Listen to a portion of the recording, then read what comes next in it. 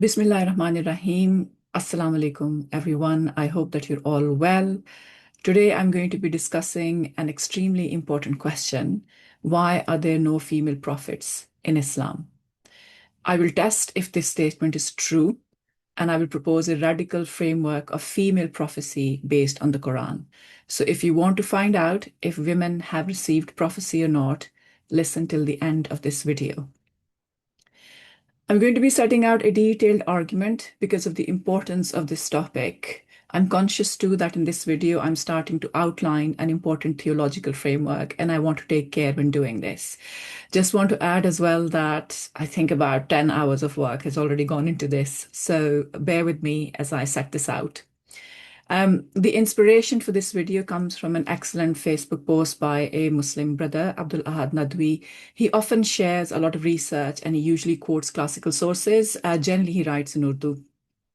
And his post reminded me that in my live podcast with Eram Saeed back in autumn 2024, I had been asked the same question by someone in the audience, presumably a woman, who asked, why were women not given prophethood? So I'd answered that the Quran, in fact, gives us evidence that women received wahi or revelation, but that due to social circumstances, they were not asked to preach publicly. And this was mainly due to safety concerns and the burdens that they would carry of openly preaching to their nations or their tribes, that it would be too much of a burden on them. And since then, I have pondered over the Quran more, and I have realized that my answer was far from mature. And sure, the answer itself was okay, but the theorization was very poor or very weak. And Brother Abdul Ahad's post got me thinking again about this topic. So here I am after having done more research. Now, the caveat is that I'm just setting out an outline here and I need to reflect on this further. And this is also why I would love to invite your comments about the theory of female prophecy that I will share with you today.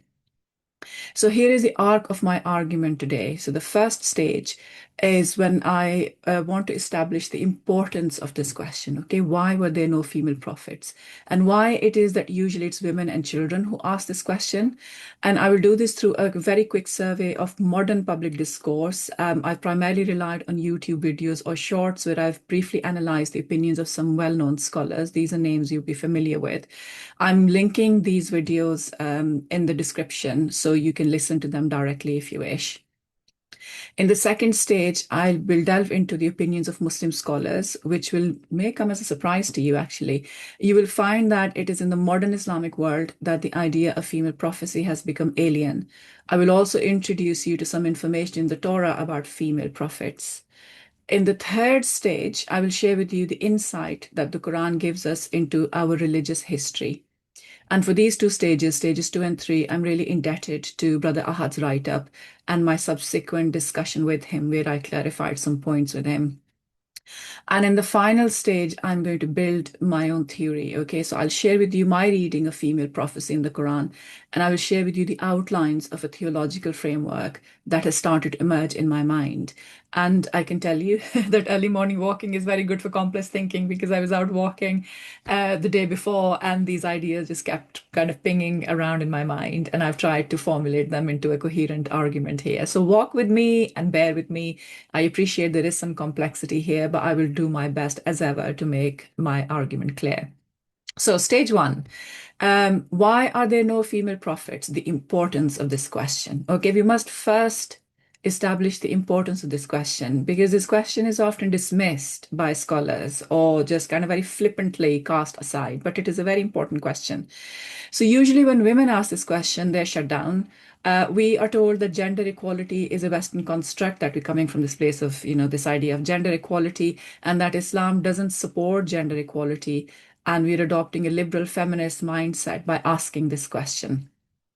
But let's do a quick analysis, okay? Because I want to share with you some examples from scholars who all have different approaches, and some scholars are more traditional than others. So I just wanted to bring to you a spectrum of opinion. The first person on my list is Nouman Ali Khan. And again, as I said, I've linked his video in the description so you can listen to him. It's a very short video.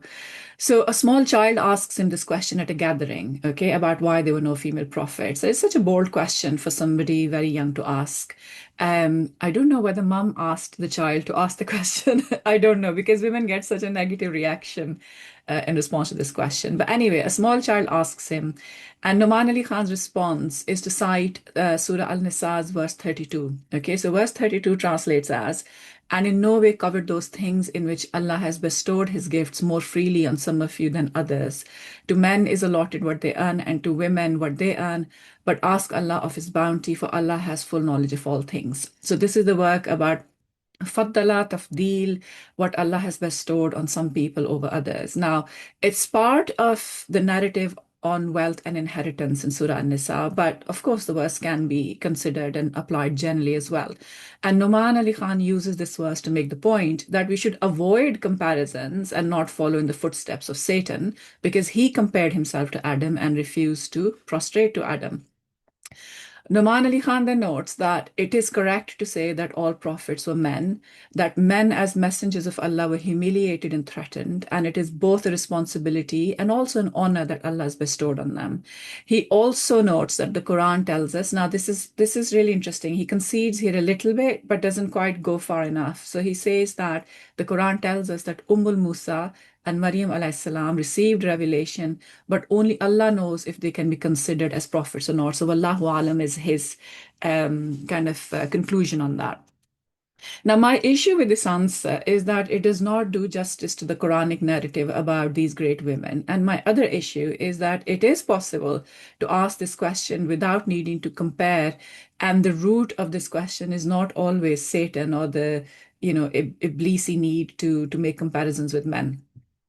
But when I've heard other women ask this question, it is because they yearn to find out what their worth is in God's eyes, in God's view, and how they are represented in the religious history given by the Quran. Often, this is the need that drives that question. And when a woman or a child asks this question, they're also motivated by the innate sense of fairness that we possess as humans, what the Quran calls adl. And I feel that in our context, current context, this becomes even more important because our sense of fairness gets disturbed every other day by listening to interpretations of Islam or teachings which are given to us by scholars where women almost always have a very diminished status. So this question becomes even more important when so many women feel like that. So I feel that whilst Noman Ali Khan's answer is very careful, he actually positions the asking of the question as a weakness in our faith. And this then makes the question very loaded and difficult to ask. So these scholars don't make it easy for people to ask these questions. I mean, we're almost always worried a bit about the judgment on our faith or the strength of our faith. The second scholar is Javed Ahmed Ghamidi, and as you know, he's somebody whose work has had a lot of influence on my work. And there are many things in which I agree with him, and there are very many things that I completely disagree with him. Now, there are a couple of short videos where he gives quick answers to this question about female prophets or there not being any female prophets in Islam. And these are over two sittings, right? He's in different locations when he's asked these questions. And I appreciate that in these short question and answer videos, you don't have the opportunity to build a full argument. But it's still important to notice the consistency in the answer and how the answers are being formulated and what the line of reasoning is. So in the first video, he says that the modern ideas of equality have no basis with Allah, that humans are tested according to fairness or adl, which in this case is their capacity to endure. Responsibility should be given on the basis of merit, and that prophecy is not just about conveying a message, it is also about facing the immense conflict that emerges as consequence. And Allah has not preferred to put this responsibility on women because they are delicate. He says that we turn everything into a matter of honor or status. He's speaking generally that Muslims tend to turn everything into a matter of honor or status. But this isn't just a matter of honor or status. Prophecy is actually a huge responsibility, and that's how it should be approached, as a matter of responsibility. Now, in the second video, he says that men and women are ontologically equal and created equal as human beings. In the social sphere, if Allah burdens someone with the responsibility, he does so keeping in view the capabilities of that person. And prophethood is a huge, burdensome responsibility. And he then says that the prophets that we know of, the prophets that we are familiar with, do not include women. He then cites verse 5 from Surah Al-Muzammil, which is translated as, soon shall we send down to you a weighty message. So the verse mentions the word qawlan thaqilan, so a very heavy message, a very heavy word.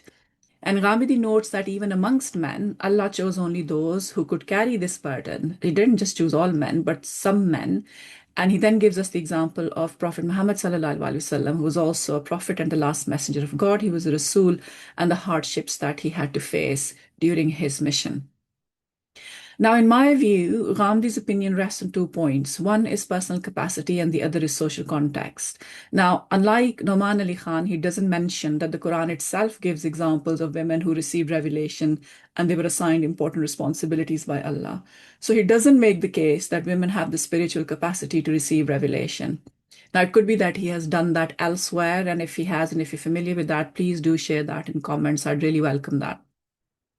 Secondly, when Ghamidi mentions social context, he doesn't talk about the huge tests and burdens those women faced who received revelation. In other words, he does not tap into the female experience at all. And as I said, I have huge respect for him as a scholar, but this is fairly consistent pattern in his work.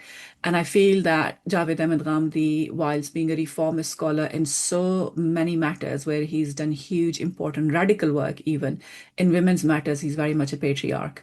And I think it is also for this reason that Professor Aisha S. Chaudhry classes him as a traditionalist scholar in her book, Domestic Violence and the Islamic Tradition. The third scholar I want to talk to you about is Dr. Haifa Yunus, very well known on YouTube. She's a traditional scholar. Her videos get hundreds of thousands of views. She's very popular. In a YouTube short, she says that Allah has given us the principle that all prophets were men. This is also, according to her, this is also the strongest opinion among scholars. And only a weak opinion says that Sayyidah Maryam was a prophet. And then Dr. Yunus goes on to say emphatically that Maryam was not a prophet. And then she refers to the Quranic verse in Surah Al-Anbiya. This is chapter 21 of the Quran, verse 7. And the verse reads, before you also the messengers we sent were but men, to whom we granted inspiration. If you realize this not, ask of those who possess the message. On this basis, Dr. Haifa Yunus states that all prophets were men, or rijal, the Arabic word used in this verse. She then delves into why there are no female prophets, and the answer is this is how Allah wanted it. This is God's will. She then concedes that we can go deeper and consider the question of hardship and responsibility. So we can find a rationale for it if we wanted to go deeper. But why go deeper when this is what Allah wanted? And then finally, she goes on to say that we love to argue, and the majority of us argue a lot. So in that sense, very similar to what Noman Ali Khan was saying. He said comparison, the root of comparison is Iblis. And Dr. Haifa Yunus is saying that we just love to argue, and the majority of us argue, and we don't just accept God's message. And she concludes by saying, don't argue, the prophets were men. So this is kind of her view. And her argument is what I've now started to think of as the khalas argument. Khalas, don't argue, khalas kind of argument. And this is particularly disappointing when it comes from a learned female scholar, because I would expect female scholars to engage with this question from a place of much empathy and understanding of the female experience of Islam. And then the fourth scholar I want to mention is Dr. Shabir Ali. He, as you know, is a reformist, and he tends to ground his arguments in the Quran. He has a video on this, why were there no female prophets in Islam? Again, I've linked it in the description if you want to listen to him. I basically agree with what he's saying, that there may have been female prophets in Islam. The key question, he says, is not whether there are prophets or not, but the key question is why we don't know about them. He also acknowledges with much respect the importance of this question and why it is being asked by modern Muslims. So I really like the fact that he always tends to acknowledge our lived experiences in the modern world. Okay, he really taps into our lived experiences and respects them. Now, Dr. Shabir Ali notes that for most of human history, women did not occupy leadership roles, but ancient scriptures do tell us about prophetesses or female prophets. He names Miriam, Musa alayhi salam's sister, and Deborah, both of whom are mentioned in the Old Testament in the Torah. And in the New Testament, on the Gospels, we find the mention of Anna in the Gospel of Luke. Dr. Shabir Ali also notes that these ancient texts talk about these women as those who prophesied or said something about the future. Whereas in the Islamic context, prophecy is about receiving revelation or words from God. So a prophet could be a visionary seer, so somebody who has a vision about something that's about to happen in the future, or it could be someone who speaks on behalf of God. And I find that this is a Dr. Shabir Ali's reading, comparative reading here of female prophecy in the Bible and the Quran is actually a good one. It's a short video, so it's very succinct what he's saying. He also cites the same verse from Surah Al-Anbiya that Dr. Haifa cited, but he notes that the word rijal literally means those who walk on 2 feet or legs or human beings. There are two translations. Often rijal is translated as men, but literally it means human beings. And he is of the view that we should not limit the term rijal to men, and we should include women in this too, because biblical scholars have always acknowledged female prophets. So now, after listening to Dr. Shabir Ali, I have in front of me a question of definition. How do we define prophecy? And can it include both prophesying and receiving revelation? And then, of course, we also have the question of language, how to translate or understand the word rijal. Dr. Shabir does not give us a framework about female prophecy. It's a short video, as I said, but it's very good introductory material if you want to listen to that. So I'm going to quickly recap stage one and then set out the importance of this question. And I will speak for myself here that as a Muslim woman, I don't want my questions to be shut down because I'm giving in to comparison with men or be told that Satan is now whispering in my ears. I'm aware that the Quran sets out the principle that men and women are equal in creation, spirituality, and accountability. Okay, we have ontological equality in creation. The Quran is clear about that, and I've shared those verses with you in my previous videos many times. I'm also aware that in the social sphere, Islam adopts the model of equity and justice rather than equality. And equity and justice is actually a more mature framework, as has been realized in secular spaces as well. And the Quran also creates a suitable social structure where men and women complement each other with both their shared qualities and also their unique qualities as well. Okay. But I'm also aware that women's presence matters. So much of what reaches us as Islamic knowledge, including Islamic theology, is the product of the thoughts of men. And this intellectual thought is also male centric, as I've pointed out before. And in this body of knowledge, women have little voice or presence. So I'm sitting here with an important question. Do women feature at all in the religious history of Islam, the deen of submission to Allah, the only deen that He has chosen? Do we feature at all in that religious history? And I'm also acutely aware of the diminishment of women over the centuries. And, we are one half of the ummah, of the community. So for so long, we have been told that God favors men, that He has elevated men by a degree over women, and He has given leadership to men. And so this question about female prophecy is hugely important because of what it signifies about women's spiritual capacity, the strength of their connection with God, their ability to stand steadfast when commanded by God, and the contribution to prophecy itself. And as I've said in my Ramadan series last year, that prophecy is mercy from God. Are women not part of that mercy that God has sent to us all? And lastly, if the women I talk to consider this to be an important question, then it is an important question. Let's now move on to stage two. Okay, in stage two, I'm going to introduce you to some female prophets mentioned in the Old Testament and the Gospels. And I will also then share some opinions of Islamic scholars who are considered authoritative. Now, these are some of the prophets or prophetesses. I'm still using the word prophets for women. It's just easier on the tongue. So from the Old Testament now, I'm reading from the New International Version because the English is a bit easier to read. Although generally, I prefer the authorized King James Version. They're both available. You can read all these versions together on BibleGateway.com. So I tend to use that search engine. But today I'm reading from the New International Version of the Bible.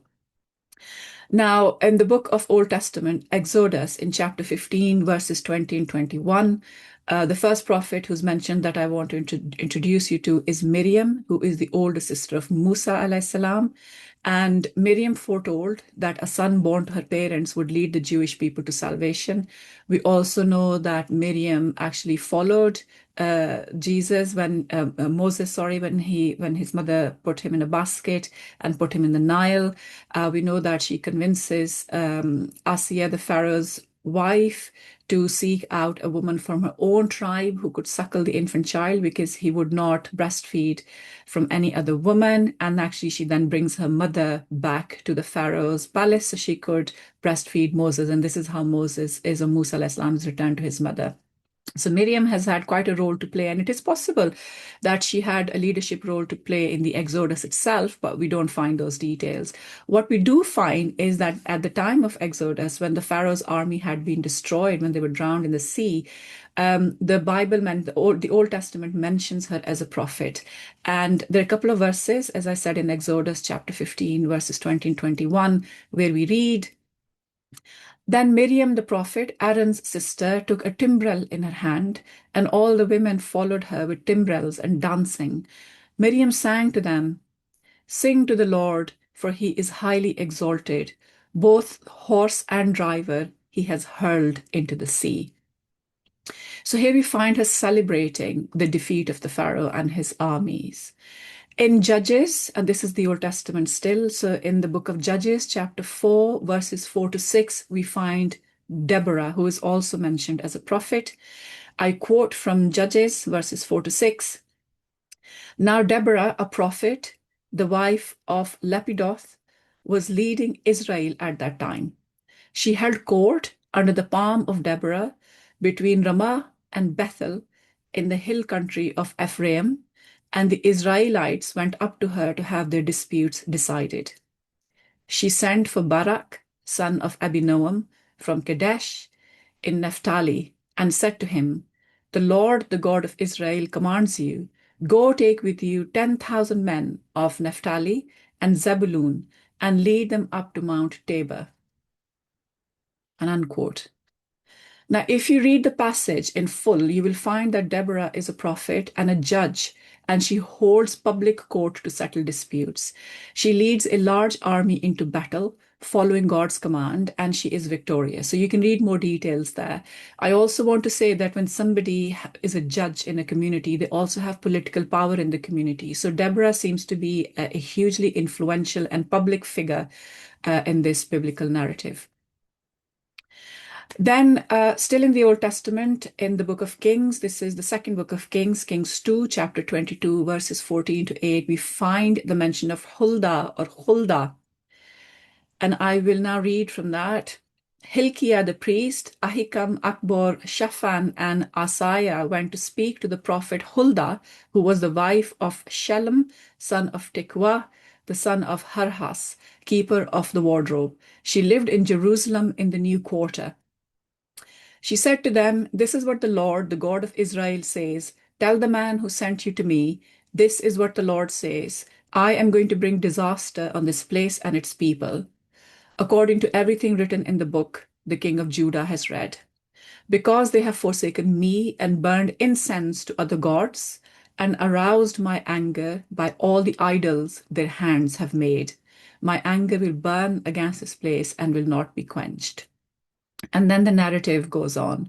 So it feels here that it seems that Huldah was prophesying based on the revelations that she had received from God, because she's speaking on behalf of God. He says, "This is what the Lord, the God of Israel, says."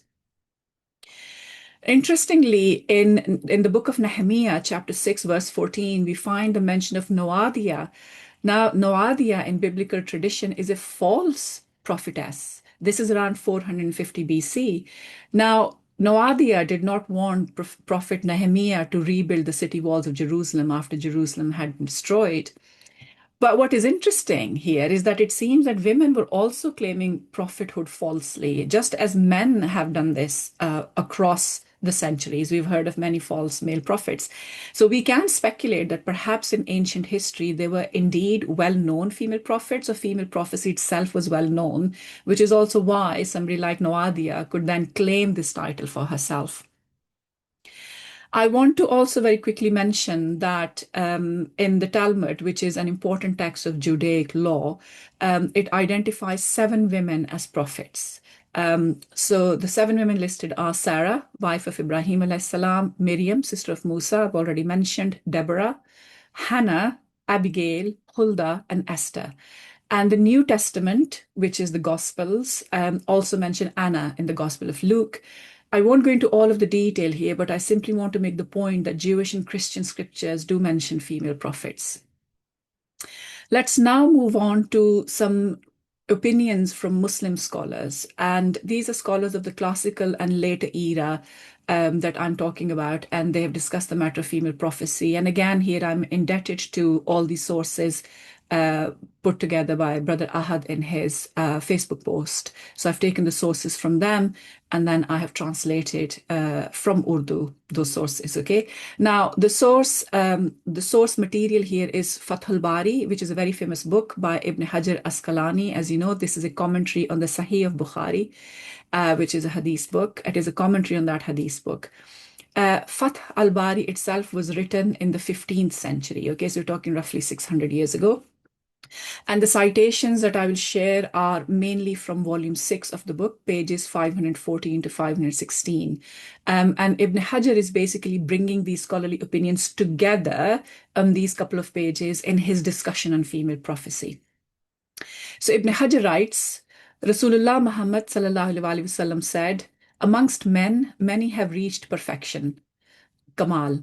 But amongst women, Asiya, the Pharaoh's wife, and Maryam bint Imran have achieved Kamal.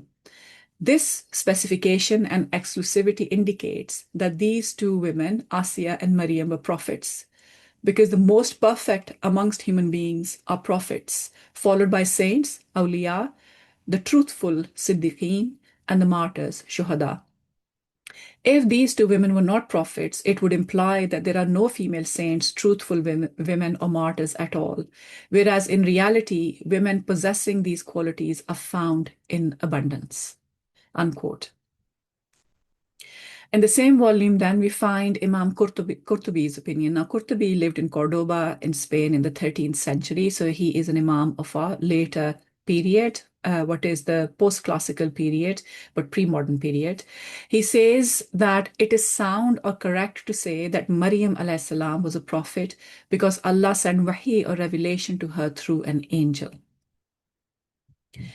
The next opinion I want to share with you is from Imam Ash'ari. As you know, he is a great scholar of theology. He lived in the 10th century in Basra and Baghdad. I will now quote from him. Among women, there are those who were granted prophethood, and there are 6: Hawa, Sarah, or Sarah, the mother of Musa, Hajar, Asiya, and Maryam. The principle is that whoever has an angel sent to them from Allah with a command or a prohibition, or with information about the unseen, is a prophet, Nabi. Such events are established regarding these women, and in the Qur'an, revelation or wahi is explicitly mentioned in some of their cases. Unquote. So Imam Ash'ari is saying that there are 6 women who qualify this criteria, this definition.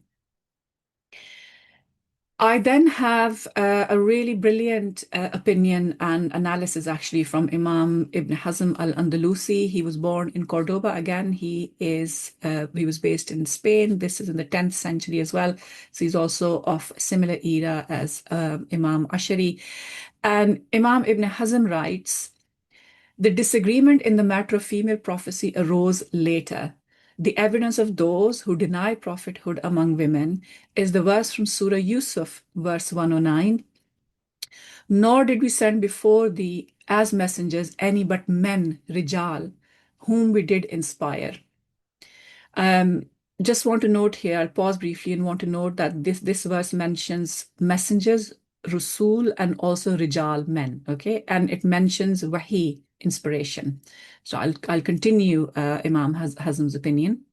He says, but this argument is not sound. So this argument from Surah Yusuf is not sound because this verse mentions risala or status of a messenger, whereas the discussion at hand is about prophethood or nabuwa.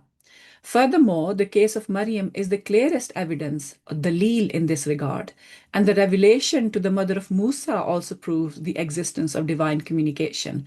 Furthermore, Allah mentioned Maryam alayhi salam among those on whom Allah has bestowed His favor, ni'mah.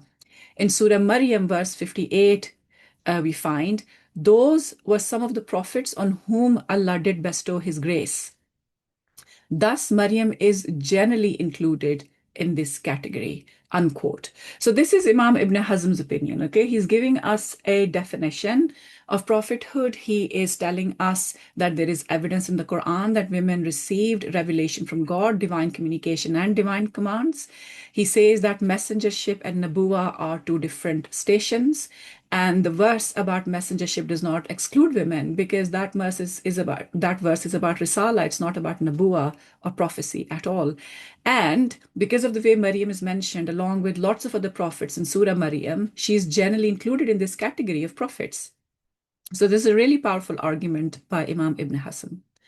So Ibn Hazm is settling the Rijal question for us. Okay, he's saying that the verse isn't saying that only men or Rijal can be prophets. Rather, it is saying that Allah has chosen messengers before who were men. Elsewhere, the Quran says that the messengers were men like you who ate and slept. So the principle here is that Risala is only for human beings. Secondly, the station of a messenger or Rasul is different from the station of a prophet or a Nabi. The former not only brings warnings from God, but the disbelievers who oppose the messenger are punished in this world. And that was Allah's immutable law for messengers. We find it repeatedly mentioned in the Quran, actually, especially in the middle verses, in the middle chapters of the Quran. So this verse from Surah Yusuf does not exclude women from prophecy, but it does say that Risala or messengership was given to men. And just want to add as well, if we decide to translate the word Rijal as men. But what I've seen of the evidence in the Quran, it seems that Risala was given to men, whereas prophecy has been given to both men and women. And that's something that I'll come to next, which is the narrative in the Quran itself about female prophecy. And again, I'm building a little bit here on Brother Ahad's reasoning here because he points out the use of a particular Quranic term, but then I'm going to extend this reasoning, okay? So he points out that the Quran uses the term istifa or istafa, okay, with the twa, where the word Mustafa also comes from. And the Quran uses the term istifa for Maryam alayhi salam, just as it uses this word for Adam, for Noah, for Musa alayhi salam. So we find in Surah Al Imran in verse 42, for example, behold, the angel said, O Mary, Allah has chosen you and purified you, chosen you above the women of all nations. Okay. So وَإِذْ قَالَتِ الْمَلَائِكَةُ يَا مَرْيَمُ إِنَّ اللَّهَ اصْطَفَاكِ وَطَهَّرَكِ وَاصْطَفَاكِ عَلَى نِسَاءِ الْعَالَمِينَ. So the first istafa or selection is that Allah has just chosen her and chosen to purify her. And then the second selection is that he has chosen her above women of all nations. So this tells us about the two types of choosing. One is the choosing of her as a prophet, and the other, and a purified woman and a prophet, and the other is the choosing of her as the person who is above all women of all nations of all time, basically. So Maryam has that special status, okay? Now, the verse is also then alluding to the fact that Maryam was chosen by Allah to undertake a particularly difficult task. Similarly, we find in Surah Al Imran the same word, astafa, used for other prophets. So Allah did choose Adam. This is verse 33, Surah Al Imran. Allah did choose Adam and Noah and the family of Abraham and the family of Imran above all people. Okay, and again, we're talking, there's this mention of choosing. So consistently, this word appears like that in the Quran. And similarly, for Musa alayhi salam in Surah Al Araf in verse 144, we find Allah said, O Moses, I have chosen you above other men by the mission I have given you and the words that I have spoken to you. Take then the revelation which I give you and be of those who give thanks.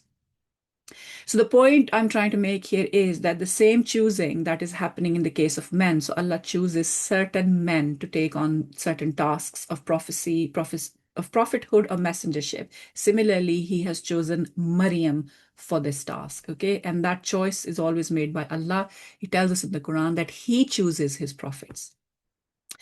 Let's now move to stage 4, and this is where the revolution and the revolutionary bit is going to happen, okay? And so just to say to my listeners, I know it's been a long conversation, but this is where it gets very, very interesting, and especially for Muslim women who have been so troubled by this question about the absence of female prophets, or what we're told is the absence of female prophets, okay? So this is where the revolution is happening. The problem we have is that we have been taught to associate Risala and Nabuwa with men only, that it is exclusively assigned to men. And whilst it is true, as I've said earlier, that we don't find evidence about female messengers or female Rasul, what we do find is the Quran gives us information about female prophets. Now, the earlier scholars were using a Quran-centered definition, which was best articulated by Imam Ashari. And I will repeat it. I think it's important to bear this in mind as we continue with this discussion. Imam Ashari said that the principle is that whoever has an angel sent to them from Allah with a command or a prohibition or with information about the unseen is a prophet or a nabi. Now, this definition sits very comfortably within the Quranic view that both men and women are spiritually equal and equal in creation. And women too have the capacity to receive revelation and remain steadfast in meeting the trials sent to them by Allah. So there is no doubt then that there have been female prophets in Islam because many women meet this definition. So as I said, the inspiration for this came into my mind. I was out walking early morning on Thursday, and I was just struck by this thought when I was pondering over all of this evidence. And I thought, well, what if the Quran is in fact giving us a framework of female prophecy that in itself is normative for women and stands independently? Now, it's important that I explain why I'm using the word framework and why I'm using the word normative as well. So I'm going to use a very simple example to explain this, because when I was discussing this with my husband, he actually gave a very simple example, which I really liked. I think it really makes the point clear. Men play tennis and women play tennis, but men play 5-set matches and women play 3-set matches. And that is equitable, okay? We agree on that that is equitable. And also, women play with women in those matches, and men play with men in those matches. And if women and men play in doubles, then usually the teams are balanced on both sides. Now, this is equitable. What is happening here, and if I use that analogy from tennis, what is happening here is that the 5-set match played by men is being made normative. And women are being told that because you only play 3 sets, therefore you can't be a tennis player. This is kind of what is happening in this discussion on prophecy. So the problem we have is that the measure we use, the standard or the yardstick, is the one given to us by a male-dominated and male-centric religious discourse, particularly in modern times. I mean, you've seen that our earlier scholars were actually very careful and very well informed. Now, we consider the framework of male prophecy to be normative. Certainly now, this is how it reaches us, okay? We consider the framework of male prophecy to be normative, and we compare women to this. We compare women prophets to this, and we find them lacking. And then we say, well, women can't be prophets. Now, this is the most obvious in Javed Ahmed Ghamedi's and Noman Ali Khan's argument. And they both told us about all the hardships and humiliations and burdens that were borne by male prophets. And this then becomes the framework. But this is what I'm now seeing as the framework of male prophecy, and it is actually different from the framework of female prophecy. And I believe that with those two should not be compared. We shouldn't be comparing the 5-set match to a 3-set match and saying that women can't be tennis players because of that.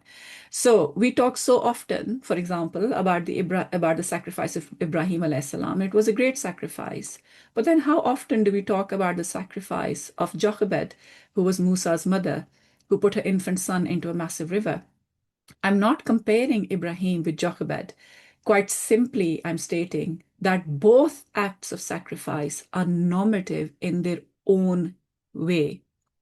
Yet, as I said, what happens is that when it comes to prophecy, we ask why a female prophet only plays 3 sets in the match, whereas prophecy itself is about playing 5 sets, and no other definition on normativity is possible. So the point here is simple, that what constitutes as a test of spirituality, faith and hardship is different for female prophets. And the Quran tells us this. The Quran highlights for us how female prophecy is actually enacted, how it's actually realized, not enacted, how female prophecy is actually realized, what happens when God gives a command, what kind of commands has God given to female prophets, and what has happened in response to the commands he has given. That is the framework the Quran is giving us, and we shouldn't use the model of male prophecy to measure female prophets. And this is also an error I was making, by the way, and I have continued to make. And it's only recently that I started to think along these lines. So let me build on that, the framework, the normative framework of female prophecy. Maryam alayhi salam was a great noble woman who had dedicated her life to worship. Okay, she dedicated herself to the temple. She was the niece of Prophet Zachariah. She was under his care and she had devoted herself to worshiping God. And the Quran mentions her as beautiful, as dutiful. She's one of the qanitat. She is orientated towards God. She's spiritually devoted and she's a chaste woman. And she is told by Jibril alayhi salam that she will have a child and that this will be a miracle. And Maryam asks this question. So in Surah Al Imran, in verse 47, she says, "O my Lord, how shall I have a son when no man has touched me?" He said, "Even so, Allah creates what He wills." So this is Jibril responding, and he says, Allah creates what He wills. And when He has decreed a plan, He but says to it, "Be," and it is. This is the famous phrase, "Kun fayakun," be, and it is. And Maryam, astonishingly, I mean, when that thought came to my head, I was like, oh my God, it has been staring me in the face, and I've not really realized it for so long that Maryam, astonishingly, is the only person we know of who actually witnesses the truth of kun fayakun as a personal experience. It happens within her body that she bears a child which is born as a miracle. This is kun fayakun being realized in a woman's body. It is a matter decreed, as the Quran says. This is female prophecy. And how profound is it? You know, at some point, I would like to think about this more and build on this more. The fact that Maryam witnesses kun fayakun in the way that she does. And if we are to talk about harm and humiliation and burdens faced by prophets, can anyone imagine the burden of slander that a woman faces even now if a character comes under question? What a great, and I think only women can understand this, that what a great trial this was for Maryam, the pious woman dedicated to worship, who stood steadfast in the face of the onslaught. And in fact, after the birth of Jesus, the Quran tells Maryam that she should maintain silence for a few days. Can you imagine the kind of slander that was coming her way? In fact, even her parents were slandered. You know, people were saying, well, your father was not evil and your mother was not an unchaste woman, and what have you done? And she was told to stay quiet in the face of that. You know, what kind of self-discipline and resolve that takes is kind of just beyond me. And the Quran mentions how difficult this was for her. The Quran uses the word that there was a grave false charge against her. Okay, buhtanan aziman, a very big buhtan, a very big slander, a great slander against her. And she faced all of that. And that is the hardship that she faced. And this is the normativity of female prophecy. If we are to talk of hardship, we also know that Maryam brought a child into the world alone in seclusion because the Quran tells us that she retired to a remote place. The Quran so eloquently records her cries of pain. In Surah Maryam, in verse 23, and this is chapter 19, verse 23, and the pains of childbirth drove her to the trunk of a palm tree, and she cried in anguish, "Ah, would that I had died before this! Would that I had been a thing forgotten and out of sight!" So this is what Maryam goes through alone, one of the most terrifying experiences for somebody to go through, you know, childbirth. It is one of the hardest things that a woman does, and only a woman can do. And she bears this alone, and she puts her faith in God and in the sustenance and reassurance that He provides to her. And so, this kind of model of female prophecy is phenomenal in what it is telling us about the female capacity for spirituality and the pain and hardship that women can bear as they try to observe and submit to the commands of God. And what of Jochebed, Musa, who put her infant son in the Nile because God sent her a revelation and reassured her that He would return the child to her? I mean, no mother would do that. What courage does a mother need to take such action? And what immense faith in God? Ask any mother, and she will tell you that seeing her children come to any harm is her worst fear. And here's Jochebed, who puts the child in a basket and casts him into the Nile. Why? Because she gets revelation from God, who has reassured her that He will return the child to her. In fact, the Quran says that once she had done that, her heart emptied, her heart hollowed out. And I think for women, we can understand that, you know, our inner feminine wisdom, our inner knowledge, intuition helps us understand what that pain and what that emptiness would be like. And yet, she believes in God. Musa believes in God and follows His command. And what of Asiya, the Pharaoh's wife, who saved Musa alayhi salam and prophesied that he will be the coolness of her eye? And she lived with a tyrant who claimed to be God and who was a very oppressive man. And yet, in that environment, she raised a righteous son. So we find in Surah Al Tahrim, this is chapter 66 of the Quran, in verse 11, that Allah sets forth as an example to those who believe the wife of Pharaoh. Behold, she said, O my Lord, build for me in nearness to you a mansion in the garden, and save me from Pharaoh and his doings, and save me from those that do wrong. Qawm al-dhalimin, save me from those. So here a pious and brave woman is stood alone, and she manages to save a child and raise him as a righteous son in an environment of oppression. And she's asking Allah to give her nearness to Allah and give her a great station in paradise. And I want to note here for my fellow Muslim women the courage of a faith and the openness of a dua. And I want to note that she sees herself as someone who can find nearness to God, who's worthy of finding nearness to God.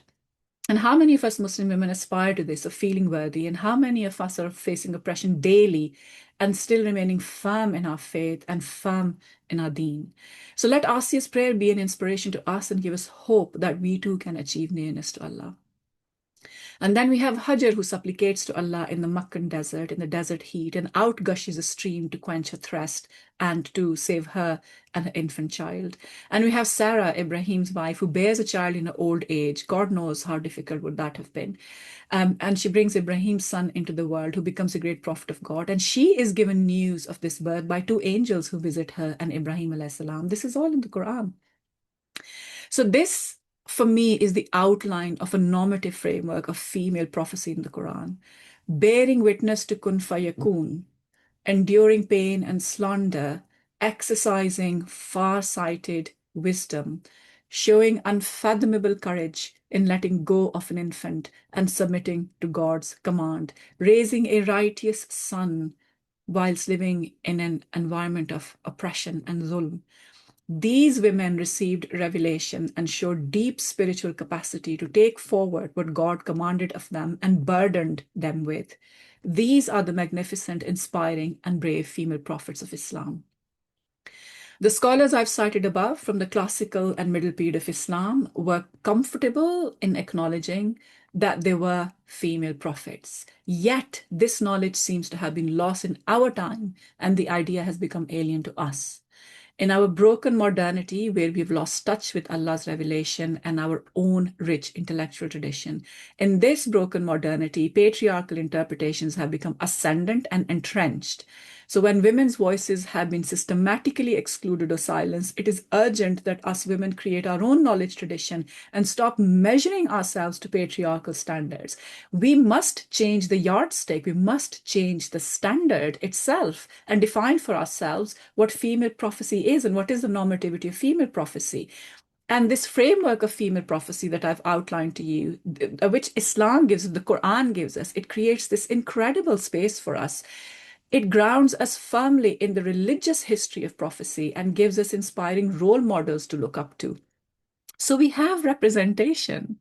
That's what I want to conclude on, that we have representation.